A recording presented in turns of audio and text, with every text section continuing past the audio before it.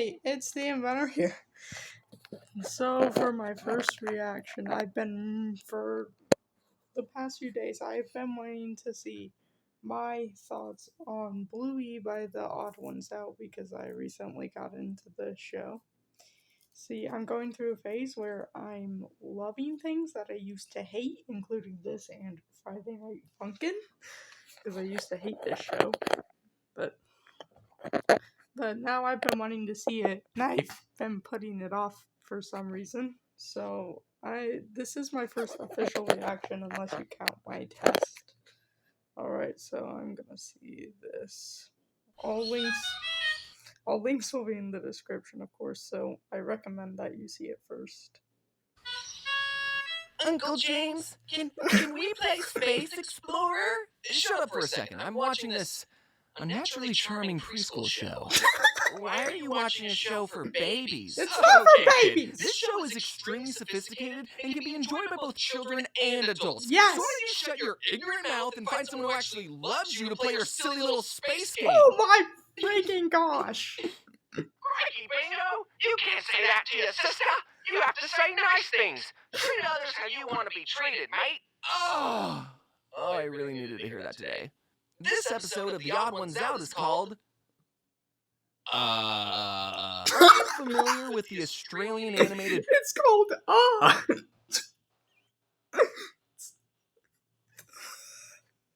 I thought he was actually gonna put the name of the episode.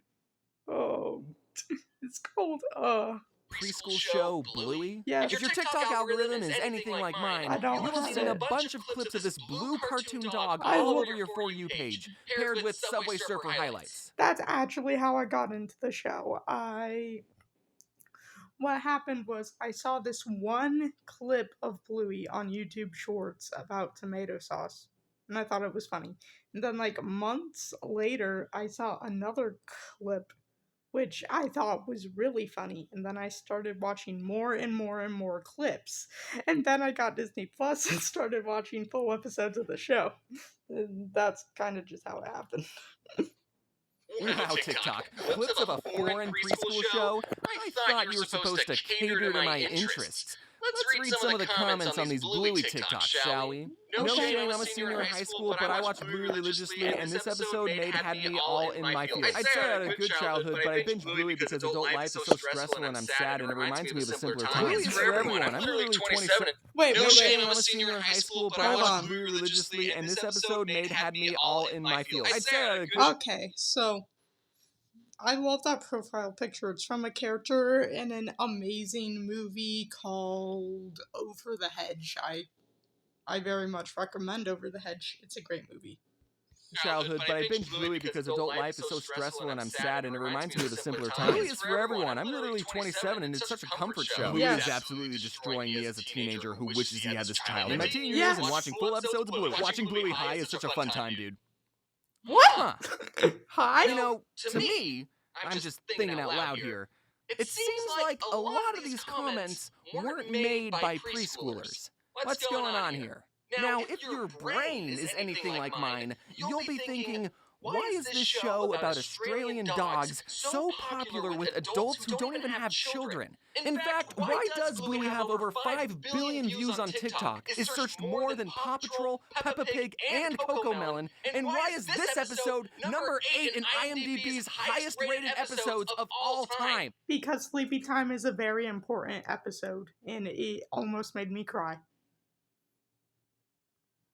That's why. This phenomenon intrigued me. And I was also bullied by a large number of people on my own team to watch the show. So, one day I sat down, put on the first episode, and... Yeah! I watched all 141 episodes. Okay, that's more than me. I haven't seen all of them. Hang on, James. 141? But there's only 129 on Disney Plus. Don't worry, my fellow obsessive Bluey fan. We're going to talk about that later. I work in cartoons, and I've been to furry conventions. So Bluey has always been on my radar of shows I'm aware of. And just from the clips I saw, I adored the art style, especially the backgrounds. So much I so that know my James very loves own background backgrounds. team has studied and taken inspiration from Bluey's backgrounds. Here you can see my backgrounds taking on a more... Oh, yeah, I haven't noticed that. I haven't really watched the Odd Ones Out since this. So,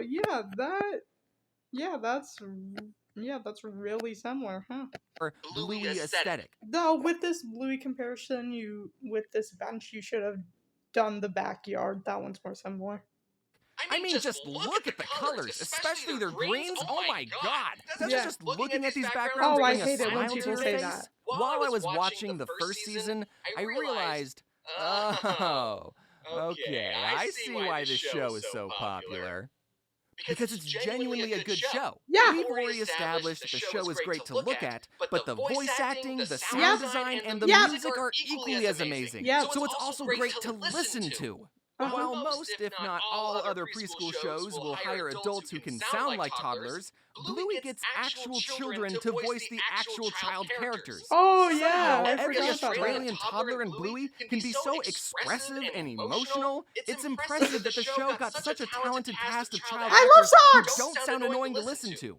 Or maybe it's just their Aussie accents that I like, I don't know. Yeah, I The like characters Australian have so accents much too. personality, and the comedic timing is something I've never seen before in a preschool show. I can't think of a single time Cocomelon has made me laugh this much, or even smile. The four main characters are Caillou and Cocomelon's Bandit, the alright. parents, and Bluey and Bingo, the 6- and 4-year-old daughters. Yes, Bluey is a girl. You gotta catch up, dude. Come on, it's 2023. Yeah, I know. The show also does not hide the fact that it's Australian. It references multiple Australian locations and animals. They call flip-flops thongs, and they say things like, "Oh, nor!" While some preschool shows focus on teaching kids numbers and letters,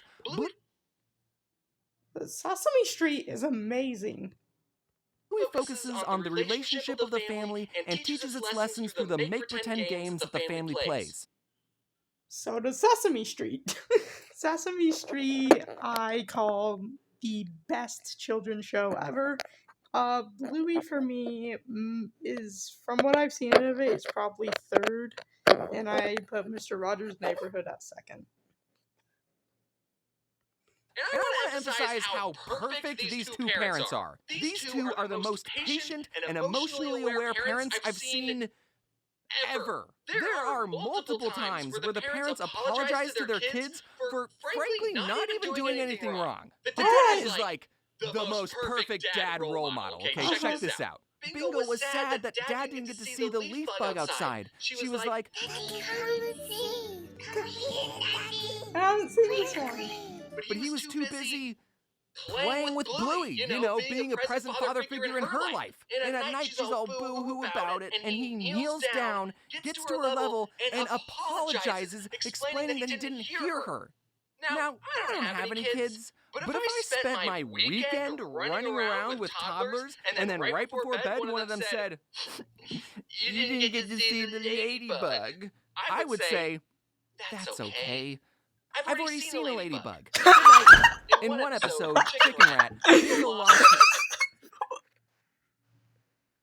Oh my gosh, I love this guy. her favorite toy, and Mom asks, "Well, where was the last place you had it?" The two retrace Bingo steps, and through flashbacks, we see this bizarre day that Bluey and Bingo had. The very first flashback we see, Bluey and Bingo are cooking a chicken rat egg while wearing weird costumes. And through this creative backward storytelling, we piece together what a chicken rat is and how the kids ended up in this situation. It's episodes like that which really make me appreciate the care that went into the show, and really sets Bluey apart from every other preschool show. Most preschool Okay, shows... excuse me.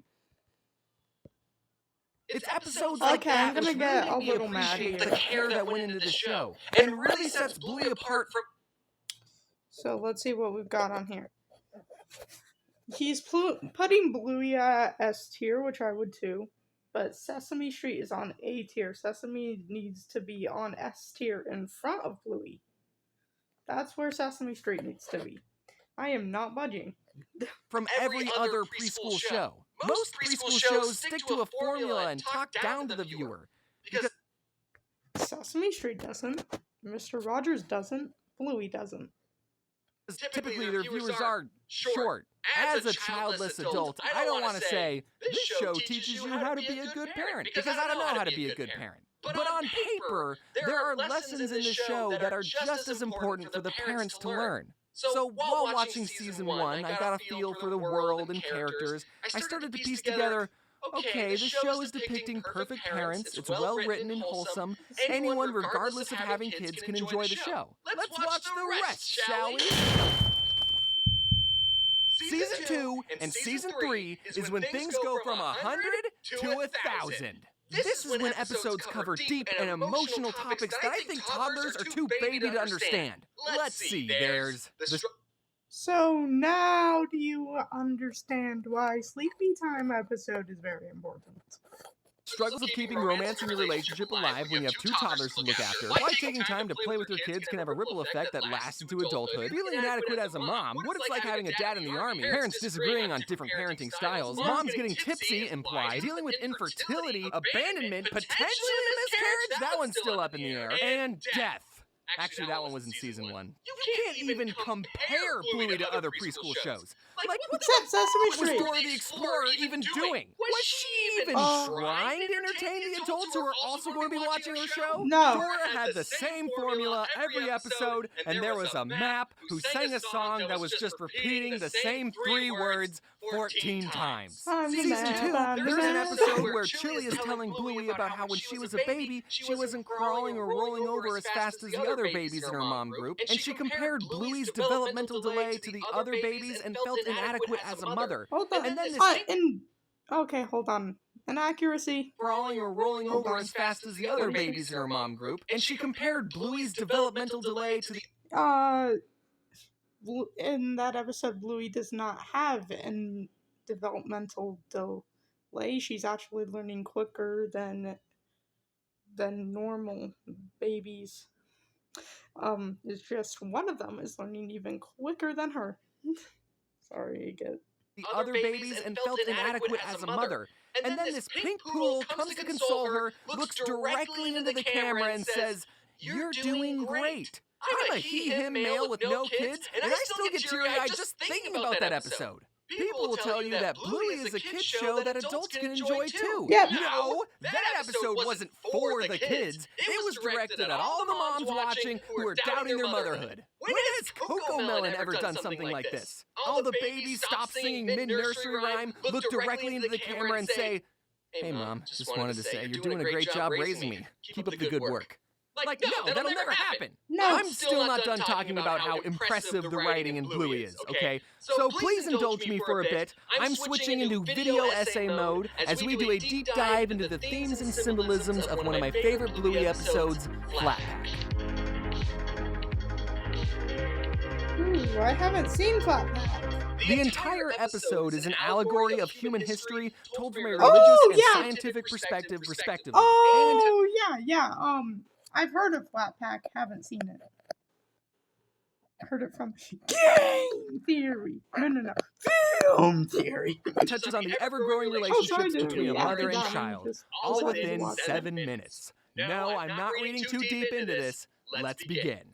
Bandit and Chili set out to build a new swing for their porch. It's the cartoon dog this one. great meta self-aware I've joke seen from it. Bandit when he complains about the instructions saying, "I'm not taking advice from a cartoon dog." Meanwhile, the girls play games with the leftover packing materials that are thrown into the yard by their parents. Bluey and Bingo are given bubble wrap, which they pretend is water, so they pretend they're fish. Then they're given cardboard, which they pretend is land, so they pretend they're frogs. Then they're given tails and become lizards, then T-Rexes, then birds, then furry little animals. Is this chart starting to look familiar? Then they're monkeys, and then bipedal cave dogs. What? Is that you, Mr. Darwin? Were these girls playing out the evolution of man through a silly game?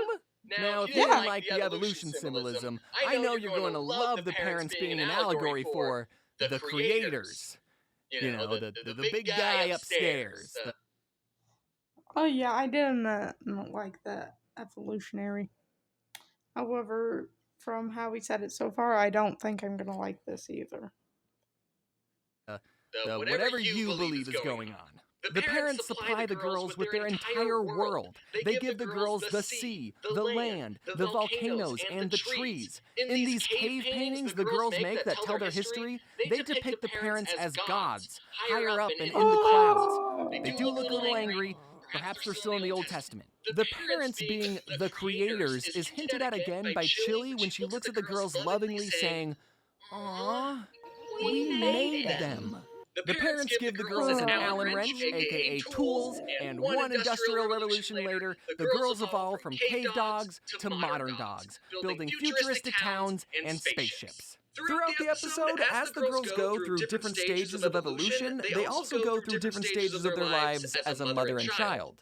As fish, Bluey says that she's the mommy fish and Bingo is the baby. Then as frogs, Bingo pretends to be a toddler and Bluey teaches her how to catch flies. Then as T-Rexes, Bingo becomes a big girl. Then as cave dogs, she's a teenager. And finally, in the last stage, she's all grown up, ready to traverse the universe on her own. She thanks Bluey for looking after her and leaves on her spaceship. Bluey, now much older as shown by her having to use a cane, crosses the styrofoam threshold which represents her death, and she gets to live with her creators. All of this orchestral masterpiece is playing, and suddenly you realize you're crying? When did that start? And then Bandit ties the allegory all together at the very end saying, "Ah, this is heaven." Are you joshing me right now? This preschool show was able to tell a clever allegorical story with tasteful religious undertones in how many minutes? Did you just... Wow, okay. I am very, very, very religious, and I hate that it depicted the parents as gods. I hate that. So, yeah, this episode is one that I don't like, specifically because of that. It's kind of strict. So, other than that, yeah. Did you just make me feel emotions over a cartoon dog? This isn't the only episode you can make an in-depth video essay on. There are plenty of other episodes that hit just as hard as this one. While I was doing research for this video, it got me thinking about another foreign animated kids show with 8-minute long episodes that focus on a family of 2 toddlers. Except, unlike Bluey, this show is universally hated. Caillou, it's Caillou. Okay. I had this idea in my head that people only hated Caillou because he was a more accurate portrayal of a toddler. But in the handful of Caillou episodes I watched, I was reminded, oh no, that's why people hate Caillou. Because he sucks. His brattiness isn't even important to the plot. It comes out of nowhere. Caillou will be getting ready in the morning, he spills cat food and says, "Gilbert, look what you did!" He's at the beach and this bird who's done nothing wrong gets told to go away! And there's a bunch more examples of Caillou being a whiny piece of shit.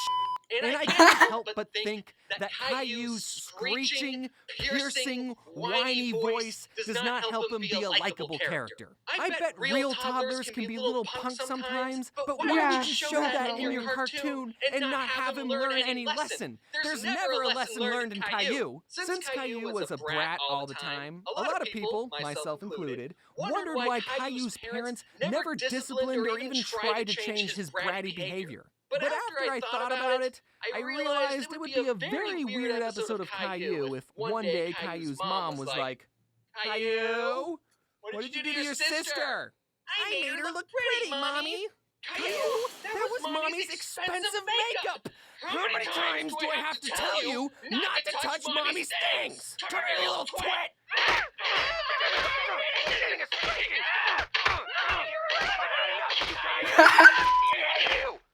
That kid got what was coming to him. I don't know, maybe that episode would be cathartic to some parents. Anyways, getting back to the actual best children's show ever, even though Bluey is literally the most mentally intelligent and educational show for the minds of children, teens, adults, and parents, some unnamed mouse company decided to censor some of the episodes on their platform. It's the strangest things that got censored, too. this horse pooping, Oh, yeah. Bandit getting hit in the groin, Bandit saying the word groin, this hitchhiker is no longer from Argentina, that one's kinda weird, this pretend cat saying it will pretend pee on the curtains, Bandit hinting at wanting to get... Oh, yeah, I noticed that one myself. So before I saw that episode, I saw a clip saying that she peed on the curtains.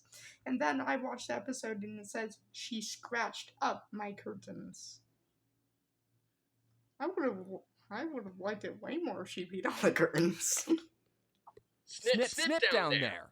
Don't you know what I'm talking about? And the I last know what 10 you're talking episodes about. of Season 3, which are some of the deepest episodes in the series, aren't even on Disney+. But that could just be a licensing thing, I don't know. I kept waiting for the infertility episode. I heard so much about it. I finally got to the last episode on Disney+ and thought, oh, okay. They're saving the deepest one for last. No. All right, let's do this. Oh no, family meeting. Definitely not the deepest one. I like the episode. It's not deep at all. But I like it because it's a court case and I'm very interested in law.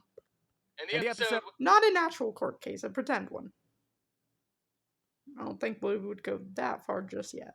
Was about the family playing courtroom to determine if Bandit farted. Yeah. Yeah, that was it. it. To give Bluey a chance. Oh, I like the sleepy time in the background. I mean, you're still here listening to a grown man talk about it, so you gotta be at least a little interested in it. Through its relatable and realistic portrayal of family life, the show has not only entertained, but also taught valuable life lessons to its viewers. The show's emphasis on play and family bonding is so refreshing to see compared to the usual fast-paced, mind-numbing shows aimed at kids. Bluey reminds us all the importance of spending time with loved ones and finding joy in the everyday. And if you still don't want to watch Bluey, have you thought about getting high and watching it? Thank you all. No, I haven't. No thanks. Anyway, I enjoyed that. Let's see. The only thing I didn't like was this. You know, because of reasons I explained earlier. But I like all this other stuff. And he did a really good job summarizing why this show is great and that you should watch it even if it is censored. I don't really have much else to say, honestly. So, I'll see you sometime soon. Maybe.